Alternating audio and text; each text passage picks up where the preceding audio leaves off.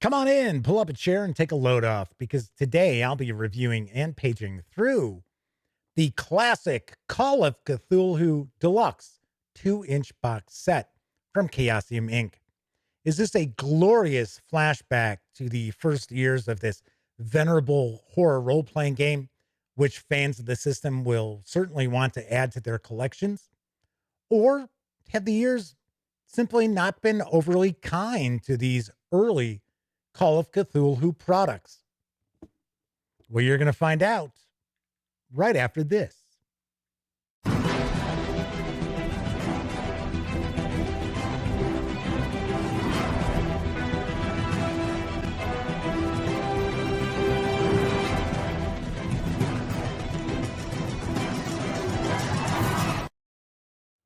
Howdy, howdy, howdy, gang. Welcome once again to the Duct Tape Studios.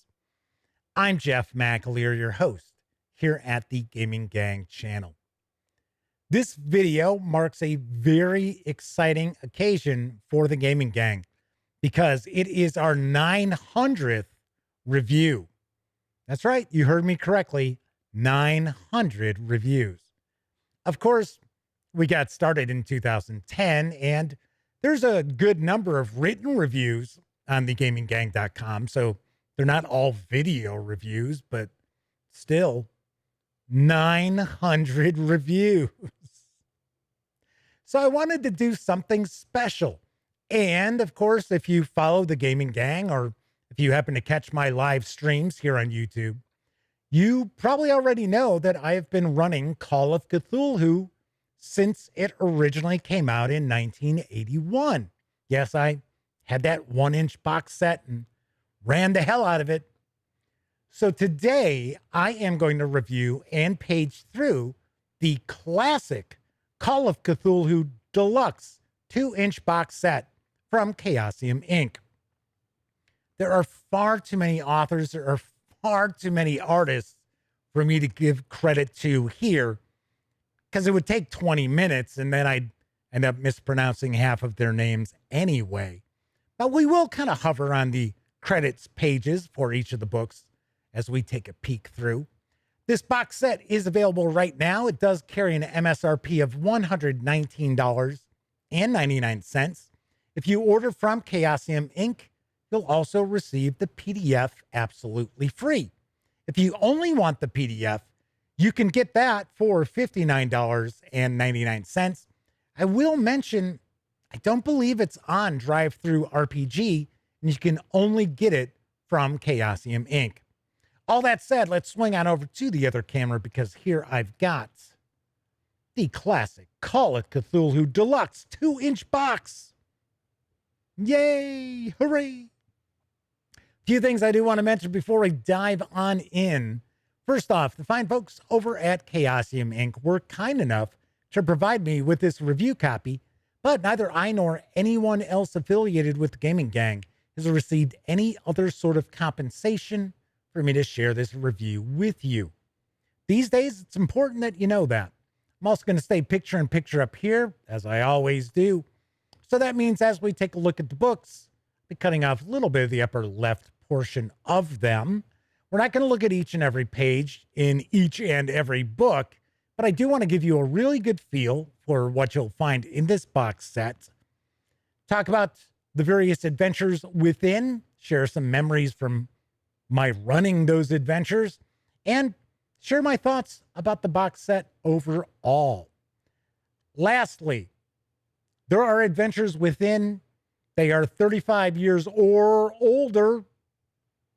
But I still want to point out that here there be spoilers, even though that spoiler expiration date has no doubt passed, there's going to be some spoilers.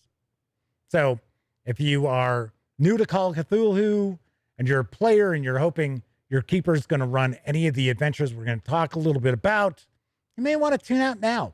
There's over 1,800 other videos on the channel. Maybe you'll find something interesting. All right. Let's dive on in.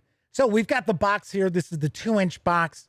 And of course, it is a reproduction of the original Call of Cthulhu box, even though this one's 2 inches. There is a 1-inch box that you can get that really has just the rule book and the 1920s guide and the extras that you would have found in the original box set. It does not have the other 5 books that are in this 2-inch box. So this is the way the box looked, the back of the box, although this is not the same because this actually talks about what's in this box, not what was in the 1981 box. So brought back a lot of great memories just taking a peek at this artwork right on the cover. So let's talk about what is in this box set. So first off, we've got the rule book as it appeared in 1981. And one thing you want to keep in mind, this isn't necessarily some collector's edition, which you'll go and buy and you'll open the box, take a peek at it, and then just put it up on a shelf someplace to collect dust. There's still a game here. And even though we are on the 7th edition of Call of Cthulhu, there aren't a ton of things that have changed. Yes, we do have the resistance table here. We've gotten rid of that. We don't use that anymore. It wasn't that difficult to figure things out, but I know a lot of people really dislike the resistance table. But still, for the most part, the mechanics are still the same. Yes, of course, now we've got, the more difficult breakdowns of the various different skills, which was new to 7th edition. But really, from 1st to 6th, a lot of this stuff is very, very similar and still feels as modern today as it did in 1981. If you're not overly familiar with Call of Cthulhu, of course, it's based on the works of H.P. Lovecraft, and it utilizes what's known as the basic role-playing system now from Chaosium, which got its start in a rune quest. So you're rolling on skills and you're using percentile dice. So as an example, you might have a photography skill, and maybe you've got 35 in that. So you'd be rolling percentile dice, and as long as there aren't any positive or negative modifiers, you'd be looking to roll 35 or less on your percentile dice to succeed. So we've got all the rules of creating characters. We've got the various different occupations, skill descriptions. We have a bestiary. Yes, this is back in the day when you would have an entry for Cthulhu and there were hit points, as if anybody was ever going to be able to take down Great Cthulhu or any of the other great old ones. We have magic and spells, sanity. We've got some adventures. We have the haunted house, which I have fond memories of running because it was the first time I ran Call of Cthulhu, and I ran it for my brother, who is not a role player. Well, he's part of the gang now, he plays, but back in the day when I was a kid, he played D&D. I had never played D&D. Now we're talking late 70s, mid to late 70s. And I remember picking this up in the summer and read through it, wanted to run it, and I convinced my brother to play, and I ran the haunted house. And 40 years later, he started playing again. So we had a variety of different adventures to utilize throughout. We get different publications from Arkham House that were still available back in the day. And that essentially wraps up the rule book. So about 95 pages or so. But just taking a peek through this really brought back some very fond memories of Call of Cthulhu. And as I mentioned before, this is still a viable game that you can play. We're going to be looking at some adventure supplements and companion volumes. All of that can easily be ported into 7th edition Call of Cthulhu as well. So we've got the rule book, Then we have the source book for the 1920s. And of course, I should mention the rule book was written by Sandy Peterson. And I'm not sure if all the illustrations within it are Gene Day, but I think they are. So he was the illustrator for the rule book. So we get this short source book, and it's got a lot of background information about the 1920s. One thing that's pretty cool is we get these little sidebars of archaeological digs that were in the process of being explored during this time period. And you could easily kind of drop your investigators into adventures there. They were there to kind of give you some inspiration for adventures. We get some biographies of famous people, famous companies, crime during the 1920s. We get some previous experience options, train travel, various different modes of transportation at that point in time, sample distances. There's not a ton of content in, well, I should say there's a lot of content in here. There aren't a lot of pages. This isn't, like 7,500 pages. It's fewer than 40. We get a bestiary that's got some oddball entries to it. So we have some beasts and things like that, but we have like pixies, sort of like, okay, wait a second, everybody. This is not D&D. And then we get a bibliography with some recommended reading at that time to learn more about the 1920s. So that is the source book of the 1920s. And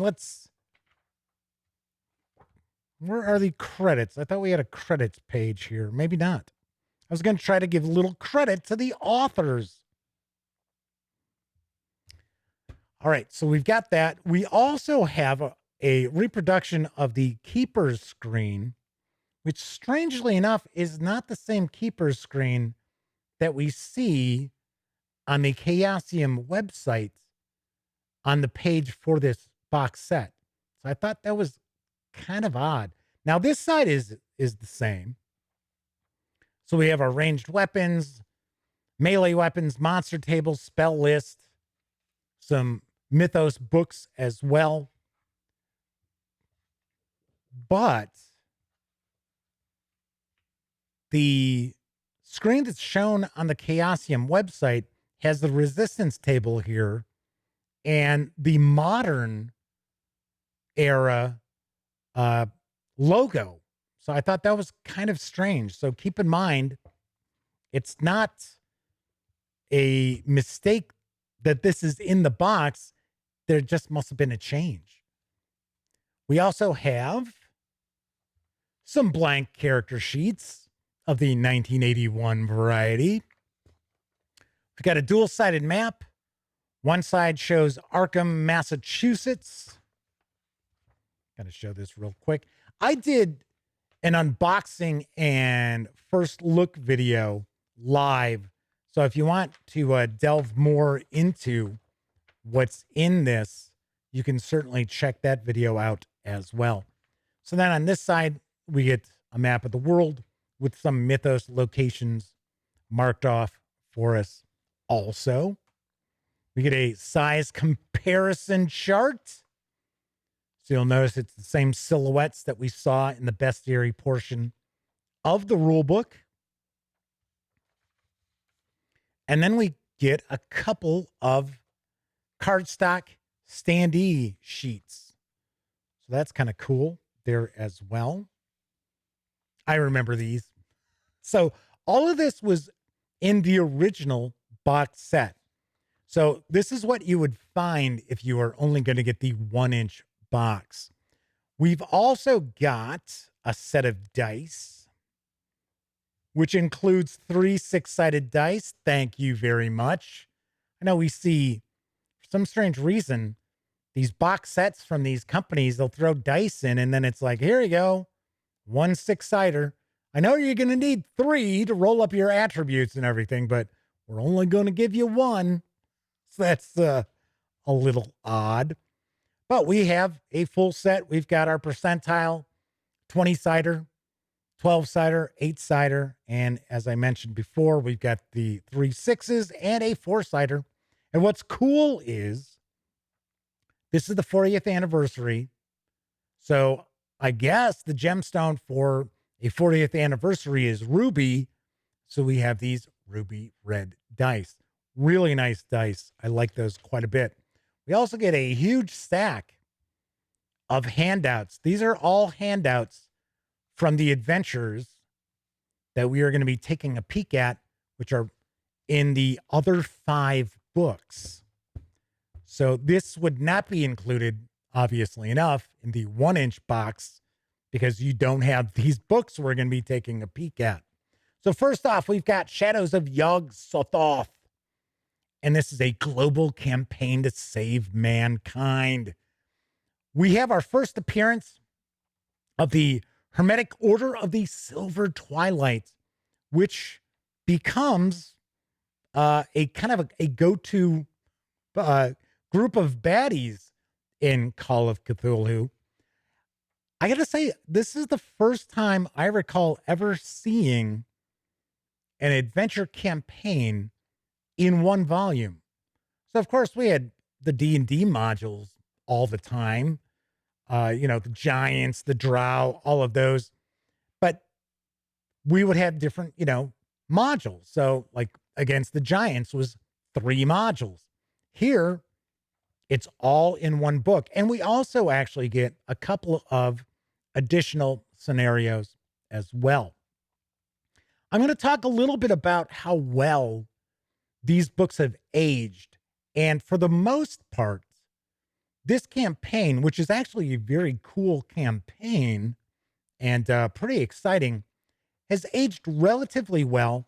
But one thing you will notice, especially if you're really familiar with 7th edition Call of Cthulhu, is how much prep work the keeper would need to do to run these.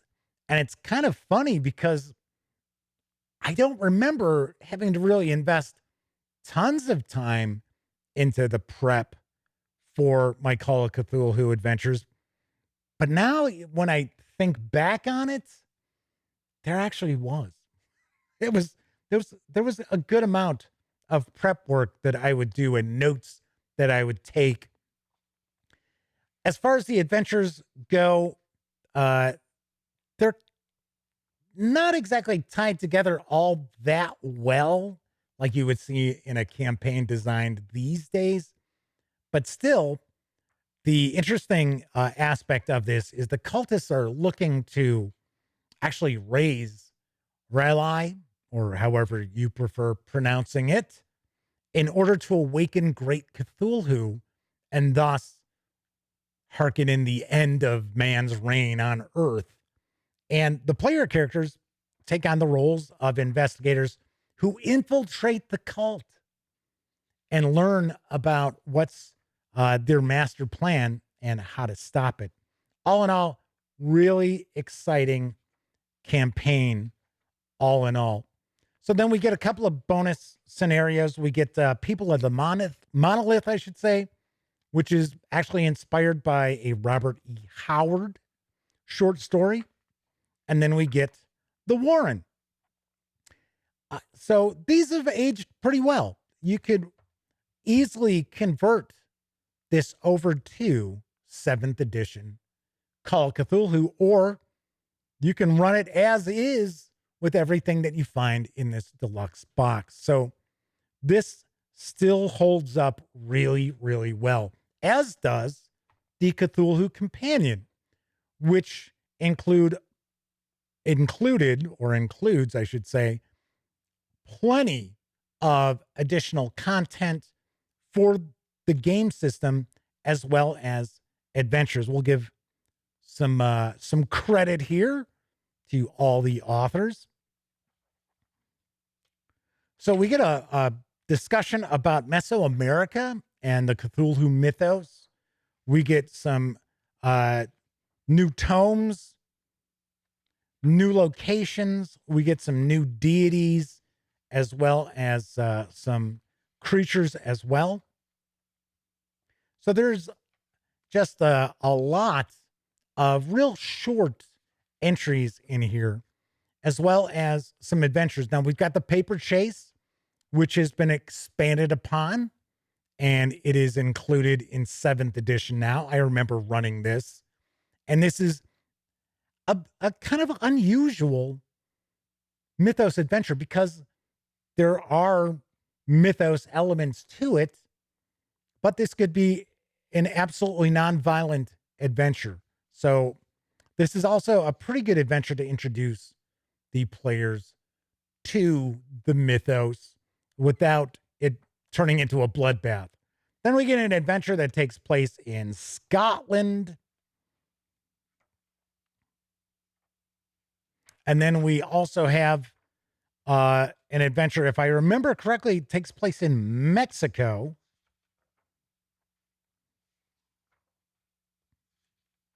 Oh no, there's 4 adventures in here now that I think about it. So there's a rescue mission, and then we have the Secret of Castronegro, which either takes place in Mexico or New Mexico. I don't recall, but this is actually a pretty good adventure as well. The Cthulhu Companion, I think, also has aged really well, and the adventures still stand up, considering that these are from the 80s. Shadows of Yog-Sothoth and I want to say the Cthulhu Companion both came out in 82. Then in 83, we see the Asylum and Other Tales, which unfortunately, I think there's 7 adventures in here. And for the most part, most of them I don't think have aged all that well.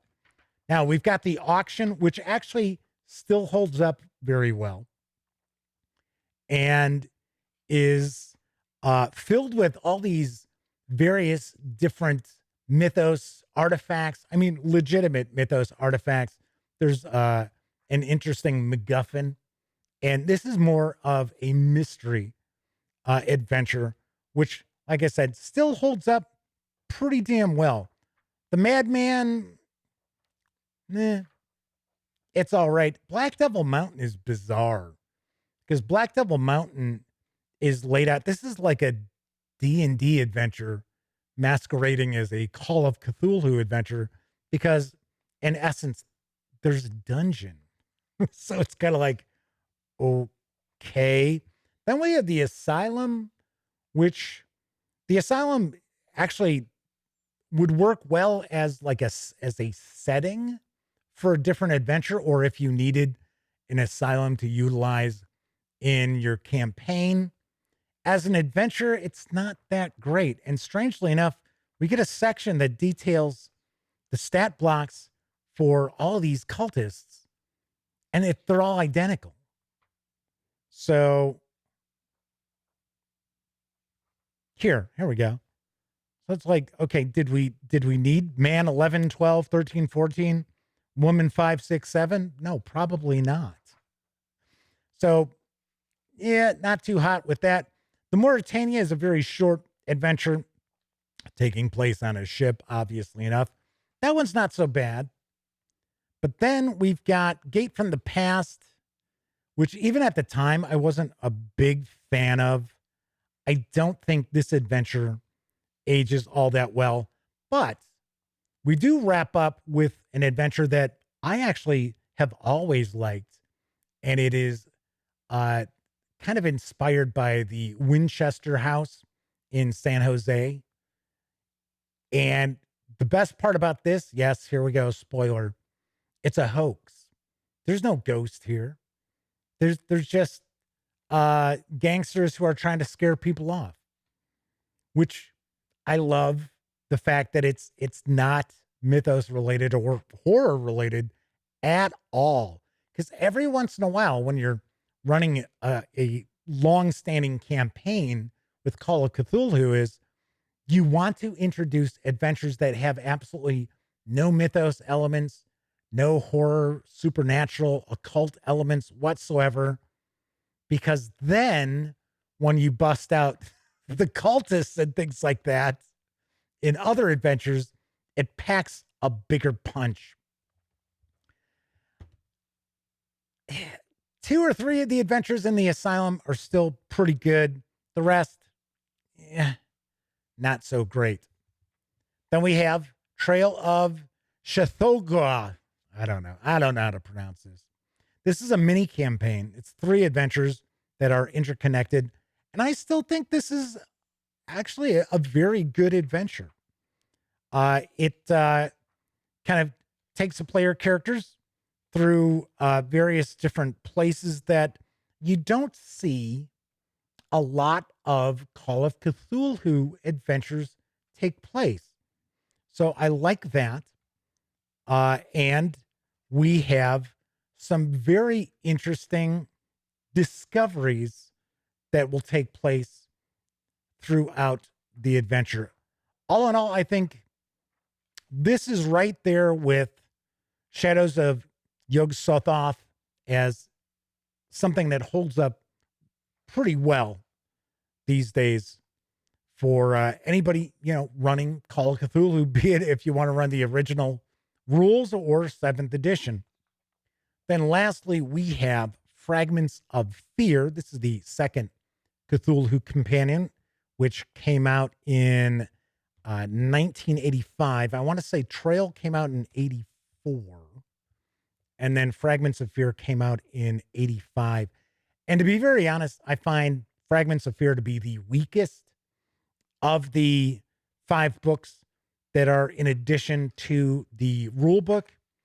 I don't think a lot of this material has aged very well. The additional content is kind of weak. We get a little bit of a bestiary. We get a couple of scenarios. The scenarios aren't very good, in my opinion. I mean, they're just my opinion. But all in all, I think this is, like I said, I think this is the weakest of everything that's included in the box set. Now, does that mean that it's complete waste? No, not at all. I mean, there is usable content in Fragments of Fear. I just don't think it aged all that well. And I think some of the problems that we have with some of these older adventures, with not having a lot of background filled in, the keeper having to do a lot more prep work than they would expect to do these days, I think really, really comes to the fore in Fragments of Fear.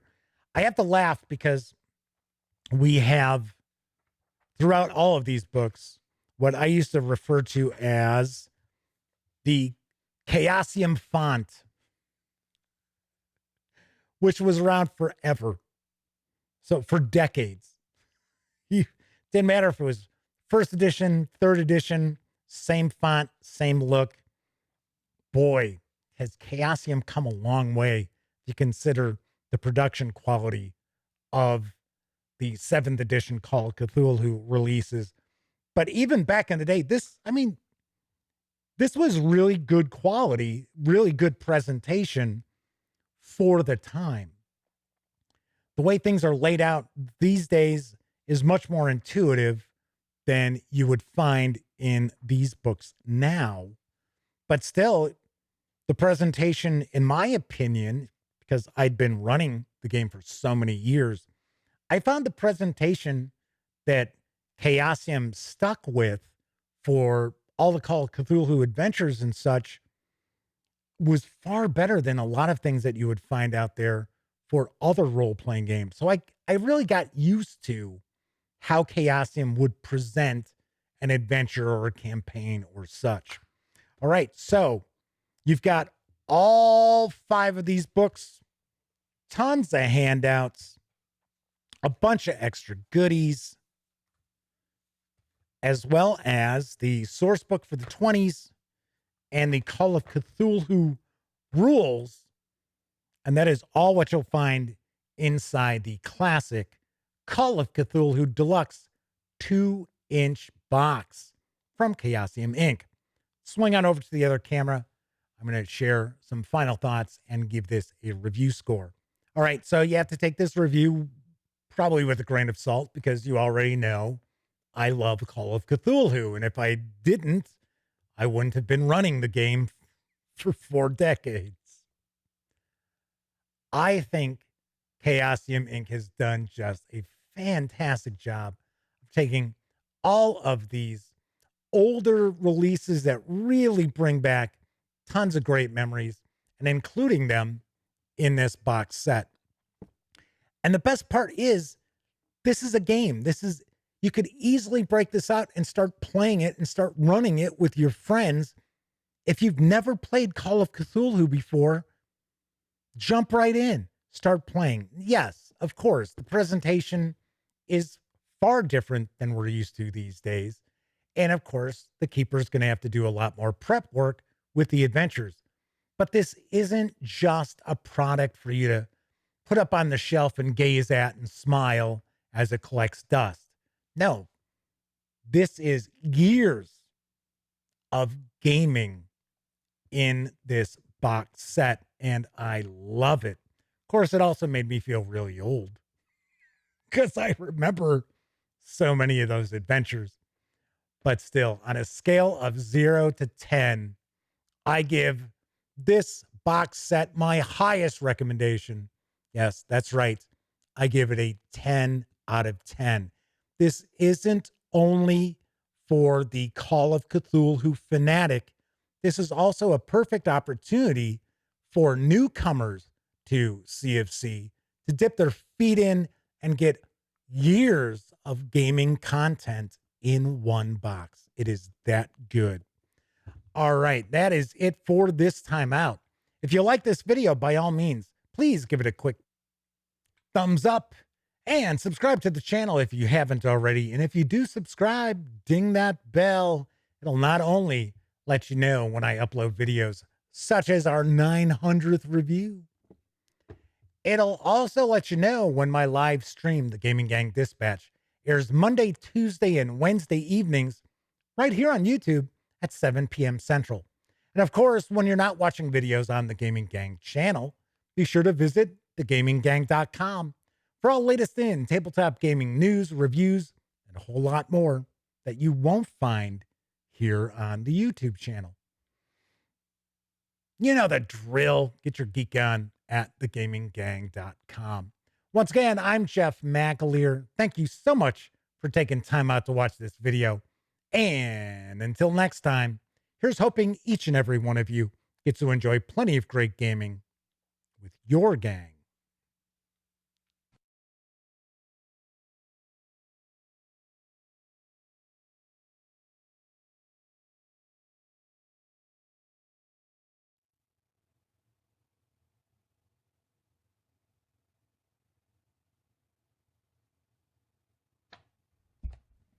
Oh, hey, you're still here.